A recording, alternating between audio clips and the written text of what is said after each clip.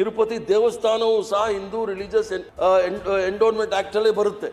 ಇದು ವಕ್ಫ್ ಕೂಡ ಕೇಂದ್ರ ಸರ್ಕಾರದ ಆಕ್ಟ್ ಅಲ್ಲೇ ಬರುತ್ತೆ. ವಕ್ಫ್ ಮಾತ್ರ ಅವ್ರಿಗೆ ಬಿಟ್ಬಿಟ್ಟಿದೀವಿ ಮುಸಲ್ಮಾನರಿಗೆ ನಡೆಸಲಿಕ್ಕೆ, ಇಲ್ಲಿ ಹಿಂದೂ ರಿಲಿಜನ್ ಸರ್ಕಾರ ನಡೆಸ್ತಾ ಇದೆ ಅಂತ ಹೇಳಿ ತಪ್ಪು ಮಾಹಿತಿ ಕೊಡ್ತಕ್ಕಂಥದ್ದು ತಪ್ಪು. ಅಷ್ಟೊಂದು ಕಾಳಜಿ ಇದ್ದಿದ್ರೆ ವಕ್ಫ್ ವಿಚಾರದಲ್ಲಿ ಇವರು ಏಕಾಏಕಿ ಬಿಲ್ ತಂದು ಇದನ್ನ ಪಾರ್ಲಿಮೆಂಟ್ ಅಲ್ಲಿ ಪಾಸ್ ಮಾಡಿಬಿಡ್ಬೋದು. ಯಾಕೆ ಆಗ್ತಾ ಇಲ್ಲ ಅಂದ್ರೆ ಆರ್ಟಿಕಲ್ 370ನ ಇವರು ಅಬ್ರೋಗೇಟ್ ಮಾಡಿದಾಗ ಯಾರಿಗೂ ಸಹ ಗೊತ್ತಿರಲಿಲ್ಲ. ಬೆಳಿಗ್ಗೆ ಸಪ್ಲಿಮೆಂಟರಿ ಅಜೆಂಡಾ ತಂದು 11 ಗಂಟೆಯಿಂದ ಶುರು ಮಾಡಿ ಸಾಯಂಕಾಲದೊಳಗೆ ಮಾಡ್ಬಿಟ್ರು. ಅದೇ ರೀತಿ ಮಾಡ್ಬೋದಿತ್ತಲ್ಲ. ಭೂ ಸುಧಾರಣೆ ಕಾನೂನ ಏನು ಇದೆ ಅದನ್ನ ಹಿಂದೂಗಳಲ್ಲೇ ಬೇರೆ ಸಣ್ಣ ಸಣ್ಣ ಜಾತಿಯವರಿಗೆ ಸಮಾನವಾಗಿ ಹಂಚ್ಲಿಕ್ಕೆ ಆಗಲಿಲ್ಲ. ಆದ್ರಿಂದ ವಕ್ಫ್ ಇಟ್ಕೊಂಡೇ ನಾವು ಮಾತಾಡ್ತಕ್ಕಂಥದ್ದು ಬಹಳ ತಪ್ಪಾಗುತ್ತೆ. ಮಾತಾಡಿ.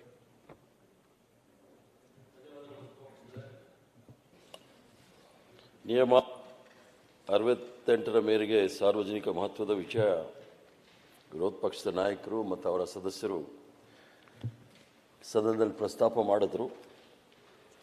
ಮಾಡೋ ಸಂದರ್ಭದಲ್ಲಿ ವಕ್ಫ್ ವಿಚಾರದಲ್ಲಿ ಹಲವಾರು ಅನಿಸಿಕೆಗಳನ್ನು ಅವರು ಹೇಳಿದರು. ಬಹುಶಃ ಅವರು ವಕ್ಫ್ಗೆ ಸ್ಥಿಮಿತವಾಗಿದ್ದರೆ ನಾನು ಮಾತಾಡೋಕ್ಕೆ ಹೋಗ್ತಾ ಇರಲಿಲ್ಲ. ಸ್ವತಂತ್ರ ಪೂರ್ವದಲ್ಲಿ ಏನಾಯಿತು, ಸ್ವತಂತ್ರ ಬಂದ ನಂತರ ಏನಾಯಿತು, ಇದು ಪಂಡಿತ್ ಜವಾಹರ್ಲಾಲ್ ನೆಹರೂರವ್ರು ಏನು ಮಾಡಿದ್ರು, ಆಮೇಲೆ ಮನಮೋಹನ್ ಸಿಂಗ್ ಅವ್ರು ಏನು ಮಾಡಿದ್ರು ಅಂತೆಲ್ಲ ಹೇಳಿದ್ರು. ಆದ್ದರಿಂದ ಕೆಲವು ವಿಚಾರಗಳನ್ನು ನೇರವಾಗಿ ಹೇಳಲಿಕ್ಕೆ ಇಚ್ಛೆ ಬೀಳ್ತಾನೆ. ಸ್ವತಂತ್ರ ಪೂರ್ವದಲ್ಲಿ ಸಭಾಪತಿಗಳೇ, ಈ ದೇಶದಲ್ಲಿ 17 ಪ್ರಾಂತ್ಯಗಳಿತ್ತು. ಭಾರತದ ಪರಿಕಲ್ಪನೆ ಅನ್ನೋದೇನು ಇರಲಿಲ್ಲ. 17 ಪ್ರಾಂತ, 562 ರಾಜ ಮನೆತನಗಳು ಆಳ್ತಾ ಇದ್ದಂಥ ದೇಶ. ಇದನ್ನ ಭಾರತ ದೇಶ ಅಂಥೇಳಿ ಕಾಶ್ಮೀರದಿಂದ ಕನ್ಯಾಕುಮಾರಿವರೆಗೂ, ಕಚ್ನಿಂದ ಕೊಹಿಮಾವರೆಗೂ ಒಂದು ಪರಿಕಲ್ಪನೆ ಕೊಟ್ಟಿರ್ತಕ್ಕಂಥದ್ದು ಮಹಾತ್ಮ ಗಾಂಧಿ ನೇತೃತ್ವದ ಕಾಂಗ್ರೆಸ್ ಪಕ್ಷ ಕೊಟ್ಟಿದೆ ಅಂತೇಳಿ ಅವ್ರ ಗಮನಕ್ಕೆ ತರಲಿಕ್ಕೆ ಇಚ್ಛೆ ಬೀಳ್ತಾನೆ. ಸ್ವಾತಂತ್ರ್ಯ ಪೂರ್ವದಲ್ಲಿ ಅಥವಾ ಈ ಪ್ರಪಂಚದ ಇತಿಹಾಸ ತೆಗೆದುಕೊಂಡಾಗ ಯಾವುದೇ ರಾಷ್ಟ್ರ ಅಥವಾ ಯಾವುದೇ ರಾಜ್ಯ ಆಗಲಿ, ಇತಿಹಾಸ ತೆಗೆದುಕೊಂಡಾಗ ನೀವು ನಾಗರಿಕತೆ ಅನ್ನೋದು ಬರೋ ಸಂದರ್ಭದಲ್ಲಿ ಧರ್ಮ ಪ್ರಭುತ್ವ ಅಂಥೇಳಿ ಧರ್ಮಾಧಾರಿತ ಆಡಳಿತಗಳು ನಡೆಯೋ ಸಂದರ್ಭದಲ್ಲಿ ಅದು ಯಾವುದೇ ಧರ್ಮ ಪ್ರಾಮುಖ್ಯ ಸ್ಥಾನದಲ್ಲಿತ್ತು ಅಥವಾ ಮುಖ್ಯವಾಗಿ ಮುಖ್ಯ ದಾರಿಯಲ್ಲಿತ್ತು, ಆ ಧರ್ಮಾಧಿಕಾರಿಗಳು ಈ ದೇಶವನ್ನು, ರಾಜ್ಯವನ್ನು, ರಾಷ್ಟ್ರವನ್ನು ನಡೆಸ್ಕೊಂಡು ಬಂದಿರ್ತಕ್ಕಂಥ ನಾವು ನೋಡಿದ್ದೇವೆ. ಧರ್ಮ ಪ್ರಭುತ್ವ ಎಲ್ಲೋ ಸರಿ ಬರಲಿಲ್ಲ ಅಂಥೇಳಿ ರಾಜಪ್ರಭುತ್ವ ಬಂದಾಗ ರಾಜ ಮಹಾರಾಜರು ಈ ದೇಶವನ್ನು ಆಳ್ಕೊಂಡು ಸುಮಾರು 567 ರಾಜ ಮಹಾರಾಜರು, ಭೂಮಿ ಒಡೆತನ ಎಲ್ಲವೂ ಸಹ ಮೊದಲು ಮಠಮಾನ್ಯಗಳಲ್ಲಿ, ಮಂದಿರಗಳಲ್ಲಿ, ಮಸೀದಿ, ಚರ್ಚ್ಗಳಲ್ಲಿದ್ದಂಥ ಧರ್ಮ ಪ್ರಭುತ್ವದ ಸಂದರ್ಭದಲ್ಲಿ, ತದನಂತರ ರಾಜ ಮಹಾರಾಜರು ಬಂದ ನಂತರ ಜಮೀನ್ದಾರರು, ಪಾಳ್ಯಗಾರರು ಈ ರೀತಿ ಈ ಜಮೀನನ್ನು ಹಂಚಿಕೊಂಡು ಮಾಡಿದಂತು. ತದನಂತರ ಪ್ರಜಾಪ್ರಭುತ್ವ ಬಂದ ನಂತರ ಅದೇನು ಭಾಳ ದೊಡ್ಡ ವ್ಯವಸ್ಥೆ ಅಂತ ನಾನು ಹೇಳಲಿಕ್ಕೆ ಹೋಗೋದಿಲ್ಲ. ಅದಕ್ಕೆ ಪರ್ಯಾಯದ ವ್ಯವಸ್ಥೆ ಯಾವುದೂ ಇಲ್ಲ. ಕಮ್ಯುನಿಸ್ಟು ವ್ಯವಸ್ಥೆಯೂ ಸಹ ಇತ್ತು. ಸಂಪೂರ್ಣವಾಗಿ ಸಮಾಜವಾದ ಮತ್ತು ಆ ಚಿಂತನೆಯಲ್ಲಿದ್ದವರು ಸರ್ಕಾರದ ಹಿಡಿತದಲ್ಲಿ ಅಥವಾ ಆಡಳಿತದ ಹಿಡಿತದಲ್ಲಿ ಇದ್ದಂಥ ಜಮೀನುಗಳು. ಆ ಸಂದರ್ಭದಲ್ಲಿ ಭಾರತ ದೇಶದಲ್ಲಿ ತಾವು ಹೇಳಿದಾಗೆ 1913ನೇ ಇಸ್ವಿನಲ್ಲಿ ವಕ್ಫ್ ಕಾನೂನು ಬಂತು ಬ್ರಿಟಿಷರ ಕಾಲದಲ್ಲಿ. ಅದು 1923ನೇ ಇಸ್ವಿನಲ್ಲಿ ಅದಕ್ಕೆ ತಿದ್ದುಪಡಿ ತಂದು ವಕ್ಫ್ ಕಾಯ್ದೆಯನ್ನು ಮಾಡಿದಂತಾಯ್ತು. ವಕ್ಫ್ ಕಾಯ್ದೆ ಬರೋದಕ್ಕಿಂತ ಮೊದಲು ಅಥವಾ ಈ ರಾಷ್ಟ್ರದಲ್ಲಿ ಇದ್ದಂಥ IPC ಇಂಡಿಯನ್ ಪೆನಲ್ ಕೋಡ್ 1862ನೇ ಇಸ್ವಿನಲ್ಲಿ ಬರುತ್ತೆ. ಅದಕ್ಕಿಂತ ಬರೋ ಮೊದಲು ಮೊಹಮ್ಮಡನ್ ಪೆನಲ್ ಕೋಡ್ ಇದ್ದಿದ್ದು ಈ ದೇಶದಲ್ಲಿ. ಸುಮಾರು 700 ವರ್ಷಗಳ ಕಾಲ ಮೊಘಲ್ ರಾಜರು ಆಳಿದಂಥ ಈ ರಾಷ್ಟ್ರದಲ್ಲಿ, ಮೊಘಲ್ ಕೋಡ್ ಇದ್ದಂಥ ಈ ರಾಷ್ಟ್ರದಲ್ಲಿ ಆ ಒಂದು ಸಂದರ್ಭದಲ್ಲಿ IPC ಕೋಡ್ ಬಂದ ನಂತರ, ಬ್ರಿಟಿಷರು ಬಂದ ನಂತರ ಹಲವಾರು ಬದಲಾವಣೆಗಳು ಈ ಒಂದು ವಕ್ಫ್ ಇದಕ್ಕೂ ಸಹ ತಂದರು. ಅದರಲ್ಲಿ ಈಗ ಮೊನ್ನೆ ತಾನೇ ಪಾರ್ಲಿಮೆಂಟಲ್ಲಿ ಸಹ ಒಂದು ಪ್ರಶ್ನೆ ಭಾಳ ಸ್ಪಷ್ಟವಾಗಿ ಹೇಳಿದ್ದಾರೆ. ಕಿರಣ್ ರಿಜಿಜು ಅಂತ ಹೇಳಿ ಈ ಒಂದು ಅಲ್ಪಸಂಖ್ಯಾತರ ಮೈನಾರಿಟಿ ಅಫೇರ್ಸ್ ಮಿನಿಸ್ಟರ್ ಇದ್ದಾರೆ. ಅವರಲ್ಲಿ ಪ್ರಶ್ನೆ ಕೇಳ್ತಾರೆ, whether central government is aware of the reported encroachment and illegal transfer of waqf properties in Karnataka. If so, the steps being taken by the government to investigate the encroachment of Waqf properties in Karnataka, especially in the areas such as Haveri, Gadag districts. Whether the government has any data on the extent of unauthorized occupation or misuse of the Waqf properties across India. If so, the details therein. The details of the measures implemented by the government to prevent illegal transfer, sale on lease of the Waqf land. Sir, Minister ಬಹಳ ಸ್ಪಷ್ಟವಾಗಿ ಉತ್ತರ ಕೊಟ್ಟಿದ್ದಾರೆ. As per the details available on WAMSI, Waqf Assets Management System of India, 58,924 Waqf properties are facing encroachment, out of which Karnataka has got 869 Waqf properties. ಎರಡನೇ ಉತ್ತರದಲ್ಲಿ ಹೇಳಿದ್ದಾರೆ, as per section 54-55 of the Waqf Act, Chief Executive Officer of the State Waqf Board has power to take legal action against the unauthorized occupation and encroachment of the Waqf properties. Further, section 51(1)(a) of the Waqf Act provides any sale, gift, exchange, mortgage or transfer of the Waqf property shall be void. The central government has framed the Waqf property lease rules 2014 under section 56 of the Act, empowering the state Waqf board to give Waqf properties on lease. The ministry and the Central Waqf Council received complaint regarding the various issues relating to Waqf properties from time to time, and the same are forwarded to the concerned state Waqf boards and state government for the appropriate action. ಅದರ ಪ್ರಕಾರ ನೋಡಿದಾಗ ದೇಶದಾದ್ಯಂತ ಇದ್ದಂಥದ್ದು 994 ವಕ್ಫ್ ಆಸ್ತಿಗಳು ಬೇರೆ ಉದ್ದೇಶಕ್ಕೆ ಬಳಸಿಕೊಳ್ಳಲಾಗಿದೆ ಅಥವಾ ಕಾನೂನು ಬಾಹಿರವಾಗಿ ಒತ್ತುವರಿ ಮಾಡಿಕೊಳ್ಳಲಾಗಿದೆ. ತಮಿಳುನಾಡಲ್ಲಿ ರಾಜ್ಯವೊಂದರಲ್ಲಿ 734 ಇಂಥ ಆಸ್ತಿಗಳು ಒತ್ತುವರಿ ಆಗಿದೆ ಎಂದು ಕೇಂದ್ರ ಸರ್ಕಾರ ಸೋಮವಾರ ಸಂಸತ್ನಲ್ಲಿ ಹೇಳಿತು. ಈ ವಿಚಾರದಲ್ಲಿ CPM ಸದಸ್ಯರೊಬ್ಬರು ಪ್ರಶ್ನೆಗೆ ಉತ್ತರ ಕೇಂದ್ರ ಸರ್ಕಾರನೇ ಕೊಡುತ್ತೆ. ದೇಶದಲ್ಲಿ 8,72,352 ಚದರಡಿ ಹಾಗೂ 16,713 ಸ್ಥಿರ ವಕ್ಫ್ ಆಸ್ತಿಗಳು ವಕ್ಫ್ ಕಾಯ್ದೆ ಅಡಿ ನೋಂದಣಿಯಾಗಿವೆ ಎಂದು ಇದು ಭಾರತದ ವಕ್ಫ್ ಆಡಳಿತಗಳ ನಿರ್ವಹಣಾ ವ್ಯವಸ್ಥೆ ವಾಮ್ಸಿ ಅಲ್ಲಿರ್ತಕ್ಕಂಥದ್ದು. ಲಭ್ಯ ಮಾಹಿತಿಗಳ ಪ್ರಕಾರ 994 ವಕ್ಫ್ ಆಸ್ತಿಗಳು ಅನ್ಯ ಉದ್ದೇಶಕ್ಕಾಗಿ ಬಳಸಿಕೊಳ್ಳಲಾಗಿದೆ ಎಂದು ಅಲ್ಪಸಂಖ್ಯಾತರ ವ್ಯವಹಾರಗಳ ಖಾತೆ ಮಂತ್ರಿ ಕಿರಣ್ ರಿಜಿಜು ಅವರು ಸ್ಪಷ್ಟಪಡಿಸಿದ್ದಾರೆ. ಅನ್ಯ ಉದ್ದೇಶಗಳಿಗೆ ಬಳಸಲಾಗಿಕೊಳ್ಳುವುದು ಎಂದರೆ ವಕ್ಫ್ ಆಸ್ತಿಯನ್ನು ವರ್ಗಾಯಿಸಿರುವುದು ಅಥವಾ ಕಾನೂನು ಬಾಹಿರವಾಗಿ ಒತ್ತುವರಿ ಮಾಡಿಕೊಂಡಿರ್ತಕ್ಕಂಥದ್ದು. ದೇಶದಾದ್ಯಂತ ಇರುವ ವಕ್ಫ್ ಆಸ್ತಿಗಳ ಸಂಖ್ಯೆ, ರಾಜ್ಯವಾರು ಅಂಕಿಅಂಶಗಳು, ಕಾನೂನು ಬಾಹಿರವಾಗಿ ಅನ್ಯ ಕಾರ್ಯಗಳಿಗೆ ಬಳಸಿಕೊಂಡಿರುವ ಕಳಕಳಿಯ ಬಗ್ಗೆ ಆಸ್ತಿ ವಿವರಗಳ ಸಹಿತ ನೀಡುವಂತೆ ಸದಸ್ಯರು ಕೋರಿದಾಗ ತಮಿಳುನಾಡಲ್ಲಿ ಗರಿಷ್ಠ 734 ಆಸ್ತಿಗಳು ಒತ್ತುವರಿಯಾಗಿದ್ದು, ಆಂಧ್ರ ಪ್ರದೇಶದಲ್ಲಿ 152, ಪಂಜಾಬ್ನಲ್ಲಿ 63, ಉತ್ತರಾಖಂಡದಲ್ಲಿ 11 ಮತ್ತು ಜಮ್ಮು ಕಾಶ್ಮೀರದಲ್ಲಿ 10 ಆಸ್ತಿಗಳು ಒತ್ತುವರಿಯಾಗಿದೆ ಎಂದು ಮತ್ತು ಕರ್ನಾಟಕದಲ್ಲಿ ಏನೂ ಆಗಿಲ್ಲ ಅನ್ನೋ ಮಟ್ಟಕ್ಕೆ ಅವರು ಉತ್ತರ ಕೊಟ್ಟಿದ್ದಾರೆ. ಇದಲ್ಲದೆ ಚರ್ಚೆ ಆಗೋ ಸಂದರ್ಭದಲ್ಲಿ ಮಾನ್ಯ ಸದಸ್ಯರೊಬ್ಬರು ಹೇಳಿದರು, CT ರವಿಯವರು ಹೇಳಿದರು, ಹಿಂದೂ ಧರ್ಮದ ಅಥವಾ ದೇವಸ್ಥಾನಗಳನ್ನು ಸರ್ಕಾರ ನಡೆಸ್ತಾ ಇದೆ, ಖಾಸಗಿಯವರು ನಡೆಸಬೇಕದು, ಅಥವಾ ಯಾವ ರೀತಿಯಲ್ಲಿ ವಕ್ಫ್ ಅವರು ಧರ್ಮದವರು ನಡೆಸ್ತಾ ಇದ್ದಾರೆ ಅಂತ ಹೇಳಿ. Hindu religious charitable endowment act government ಆಕ್ಟಲ್ಲೇ ಇರ್ತಕ್ಕಂಥದ್ದು. ಅದರಿಂದ ತಿರುಪತಿ ದೇವಸ್ಥಾನವೂ ಸಹ ಹಿಂದೂ ರಿಲಿಜಿಯಸ್ ಎಂಡೋನ್ಮೆಂಟ್ ಆಕ್ಟಲ್ಲೇ ಬರುತ್ತೆ.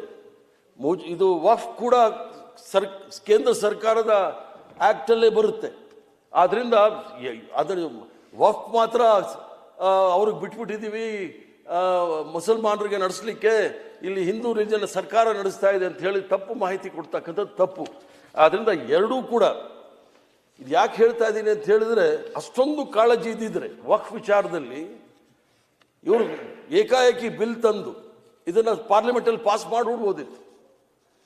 ಇದು ಯಾಕೆ ಆಗ್ತಾ ಇಲ್ಲ ಅಂದರೆ, ಆರ್ಟಿಕಲ್ 370ನ ಇವರು ಅಬ್ರೋಗೇಟ್ ಮಾಡಿದಾಗ ಯಾರಿಗೂ ಸಹ ಗೊತ್ತಿರಲಿಲ್ಲ. ಬೆಳಿಗ್ಗೆ ಸಪ್ಲಿಮೆಂಟ್ರಿ ಅಜೆಂಡಾ ತಂದು 11 ಗಂಟೆಯಿಂದ ಶುರು ಮಾಡಿ ಸಾಯಂಕಾಲದೊಳಗೆ ಮಾಡಿಬಿಟ್ರು. ಅದೇ ರೀತಿ ಮಾಡ್ಬೋದಿತ್ತಲ್ಲ, ಅದು ಮಾಡೋಕ್ಕೆ ಆಗೋದಿಲ್ಲ. ಯಾಕಂದರೆ ಅವ್ರದ್ದೇ ಆದ ಆಂಧ್ರ ಪ್ರದೇಶ್ ಮತ್ತು ನಿತೀಶ್ ಕುಮಾರ್ ಬಿಹಾರ ಸರ್ಕಾರದವರು ಅದಕ್ಕೆ ವಿರುದ್ಧ ಮಾಡ್ತಾರೆ. ಆದ್ದರಿಂದ ಅವರಿಗೆ ಸಂಖ್ಯೆ ಸಿಗೋದಿಲ್ಲ ಅಂತೇಳಿ ಅದ್ರ ತಂಟೆಗೆ ಹೋಗಿಲ್ಲ. ಅದಕ್ಕೆ ಜಾಯಿಂಟ್ ಪಾರ್ಲಿಮೆಂಟ್ರಿ ಕಮಿಟಿನಲ್ಲಿ ಕೊಟ್ಬಿಟ್ಟು ಅದು ಟೈಮ್ ಪಾಸ್ ಮಾಡ್ತಾ ಇದ್ದಾರೆ ವಿನಃ ಬೇರೆ ಏನೂ ಇಲ್ಲ. ಅದಲ್ಲದೆ ಸರ್ 1954ನೇ ಇಸ್ವಿನಲ್ಲಿ ಪಂಡಿತ್ ಜವಾಹರ್ಲಾಲ್ ನೆಹರೂರವರು ತಾವೇ ಹೇಳಿದ ಹಾಗೆ ಒಂದು ವಕ್ಫ್ ಆ್ಯಕ್ಟ್ನ ತರ್ತಾರೆ. ಸಂವಿಧಾನದ ಚೌಕಟ್ಟಿನಲ್ಲಿ ತರ್ತಾರೆ. ಅದು ಯಾವುದೂ ಸಹ ಕಾನೂನು ಬಾಹಿರಲ್ಲ, ಅಸಂವಿಧಾನಿಕವಾದಂಥ ವಿಚಾರಗಳೇ ಇಲ್ಲ. ಅದ ನಂತರ ಅದನ್ನು ವಕ್ಫ್ ಬೋರ್ಡಲ್ಲಿ ಇದ್ದಂಥ ರೀಪ್ಲೇಸ್ ಮಾಡಿ ಆ ಕಾನೂನು ತರ್ತಾರೆ. 1995ರಲ್ಲಿ ನೀವು ಯಾರೂ ಸಹ ಅವ್ರ ಹೆಸರು ಹೇಳಿ, ಯಾಕಂದರೆ ನಿಮಗೆ ಭಾಳ ಪ್ರಿಯವಾದವರು ಅವರು, PV ನರಸಿಂಹರಾವ್ ನಮಗೂ ಸಹ ಪ್ರಿಯವಾದವರು. ಅವ್ರ ಹೆಸರು ಯಾರೂ ಹೇಳಲಿಲ್ಲ. 1995ನೇ ಇಸ್ವಿನಲ್ಲಿ ಈ ಒಂದು ಇದಕ್ಕೆ ಆ್ಯಕ್ಟ್ಗೆ ತಿದ್ದುಪಡಿ ತಂದು ಆ ವಕ್ಫ್ ಮ್ಯಾನೇಜ್ಮೆಂಟ್ನ ಯಾವ ರೀತಿ ಮ್ಯಾನೇಜ್ಮೆಂಟ್ ಮಾಡಬೇಕು, ಫೈನಾನ್ಷಿಯಲ್ಲು, ಅದು ಆಸ್ತಿ ಪಾಸ್ತಿ ಎಲ್ಲ ಯಾವ ರೀತಿ ಮ್ಯಾನೇಜ್ ಮಾಡಬೇಕು ಅಂತೇಳಿ there should be a transparency ಅಂತೇಳಿ ಅದನ್ನು ತಿದ್ದುಪಡಿ ತಂದು 95 ಆ್ಯಕ್ಟ್ ತಂದರು ನರಸಿಂಹರಾವ್ ಅವ್ರ ಕಾಲದಲ್ಲಿ.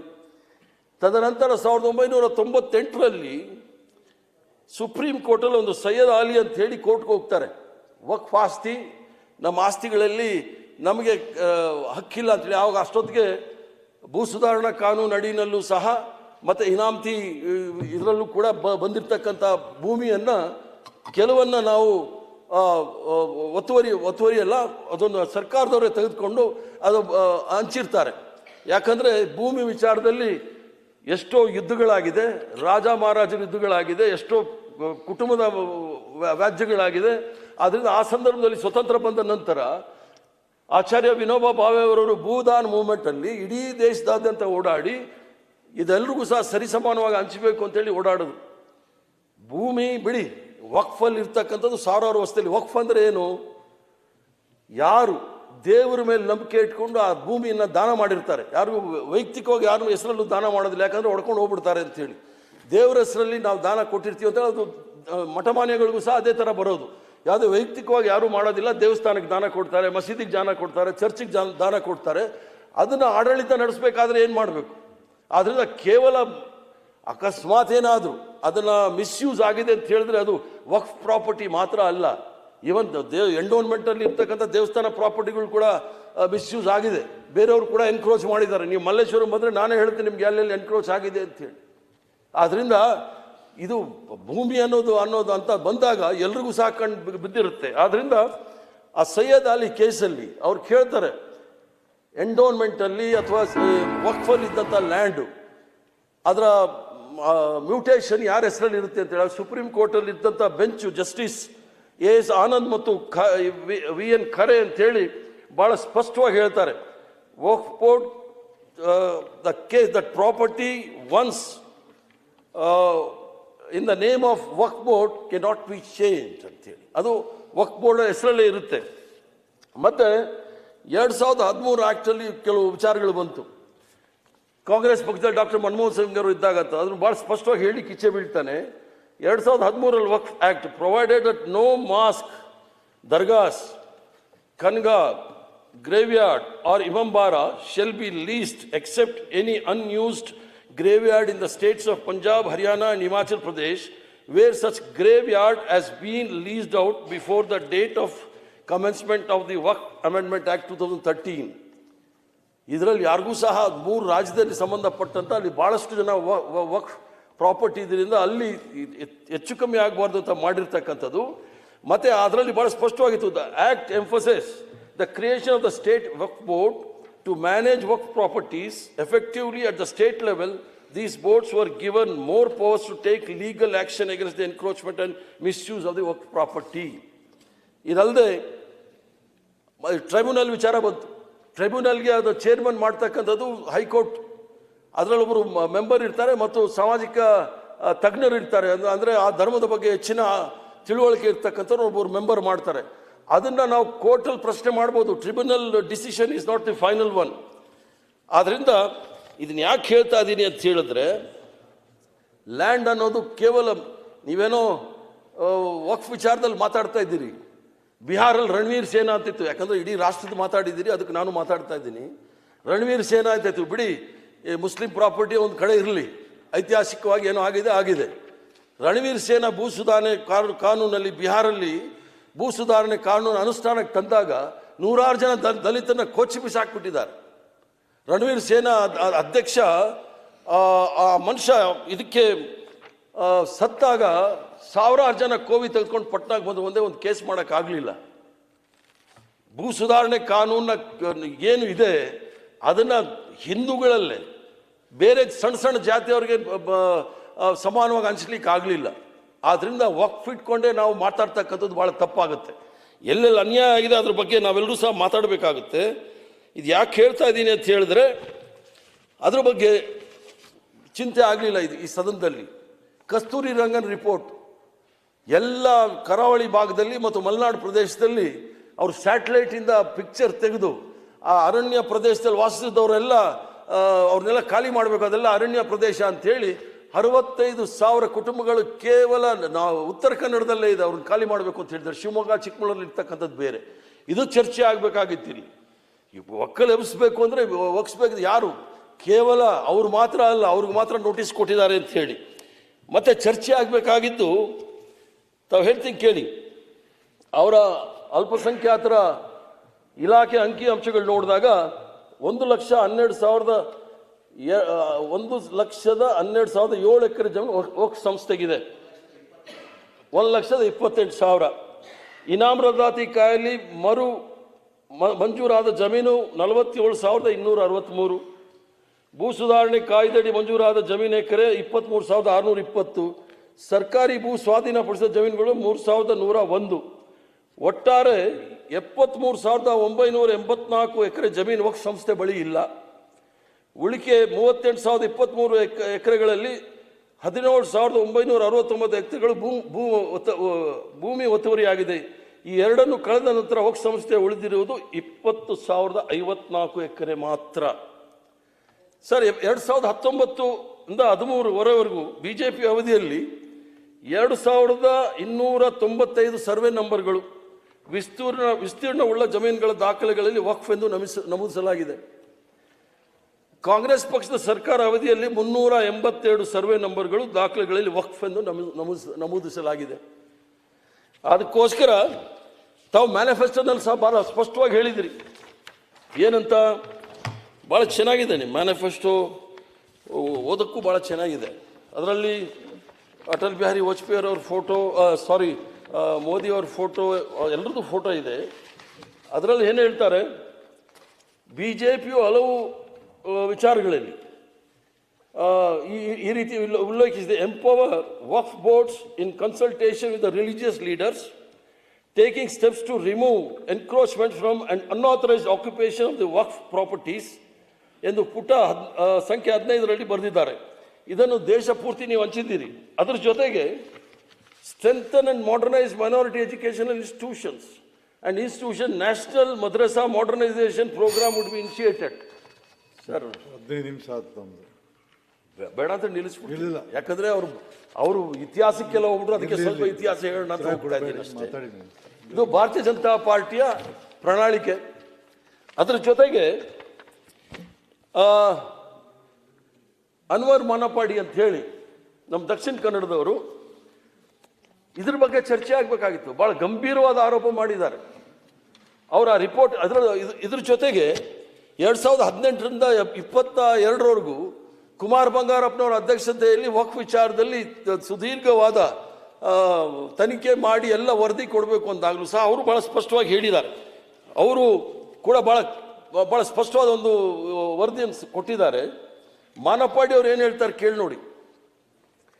BJP leader and former chairman of Karnataka State Minority Commission, Anwar Manapadi, has accused the Chief Minister, Mr. Yediyurappa, suppressing the Waqf scam report in connivance with the Congress leaders who are accused in the rupees 4 lakh crore scam.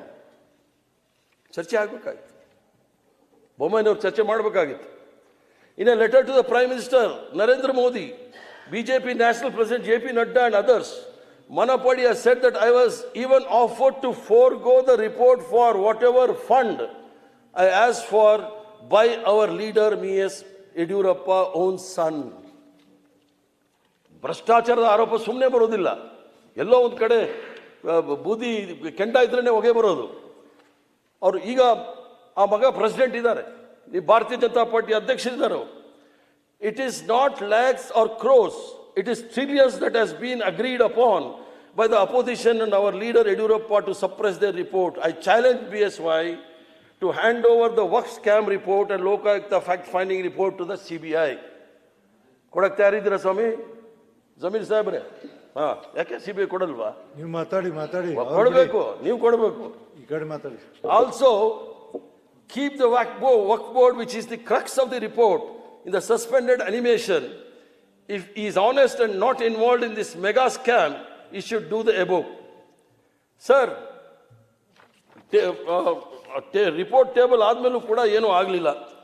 ಆದ್ದರಿಂದ ಅವರು ಇನ್ನೊಂದು ಹೇಳಿದ್ದಾರೆ. Former chairman of Karnataka State Minority Commission and senior BJP leader Anwar Padi on Tuesday slammed Karnataka Waqf minister Shashikala ಜೊಲ್ಲೆಜಿ for her recent press statement on the embezzlement of waqf properties in the state.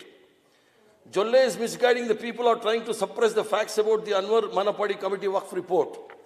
Sir, March 2012, Manapadi was the chairman of the committee, had submitted the Waqf lands report to the state government and the committee and reported that around 29,000 acres of Waqf land valued 2.3 lakh crore in 2012 had been encroached and emblazed by the prominent political leaders and the bureaucrats. Sir, ಇನ್ನೊಂದು ಸಣ್ಣ ವಿಚಾರ ಹೇಳ್ಬಿಟ್ಟು ಬೇರೆ ವಿಚಾರಕ್ಕೆ ಹೋಗ್ತೀನಿ. ಸಾಕ್ರಿ, ಬೇರೆ ವಿಚಾರ ಬೇಡ ಅಂತೀರಾ? ಸಾಕಿಟ್ಟು ಸ್ವಲ್ಪ ಕೇಳಿ ಸರ್. ಸಾಕಟ್ಟಾಗಿದೆ, 20 ನಿಮಿಷ ಆಯ್ತು. You and government have totally failed in protecting the Waqf board properties to the tune of 4 lakh crores. The Waqf scam report of mine on date of submission was to the tune of 2.3 lakh crores. He wrote in the letter, Anwar said, the state government had failed to address the issue of the minorities in all fronts and thus failed to Prime Minister Narendra Modi concept of Sabka Saath, Sabka Vikas.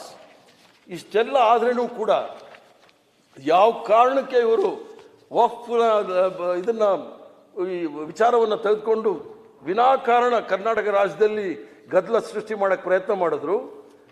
Minorities are being, ಪೂಜಾರ್ರೆ ತಾವೇನೋ ಹೇಳಿದ್ರಿ ಅವತ್ತು, minorities are being harassed through the various ways of including taking back legally sanctioned burial grounds in Sulya, in Dodda Nagamangala, Bangalore and many more in the state. He wrote, Anwar also alleged that mosque in Sanjeev Nagar was not allowed to reopen after the pandemic.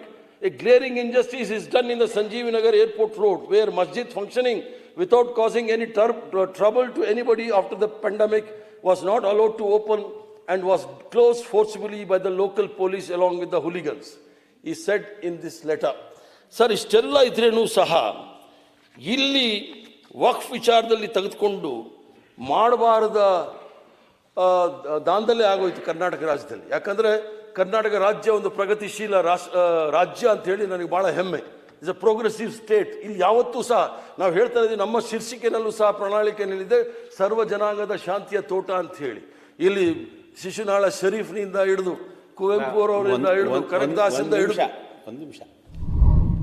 ಮತ್ತಷ್ಟು ವಿಶೇಷ ವಿಡಿಯೋಗಳನ್ನು ನೋಡಲು ಮತ್ತು ಹೊಸ ವಿಡಿಯೋಗಳ ಬಗ್ಗೆ ತಿಳಿಯಲು ಈ ದಿನ .com ಯೂಟ್ಯೂಬ್ ಚಾನೆಲ್ ಸಬ್ಸ್ಕ್ರೈಬ್ ಮಾಡಿ ಮತ್ತು ಬೆಲ್ ಐಕಾನ್ ಕ್ಲಿಕ್ ಮಾಡಿ.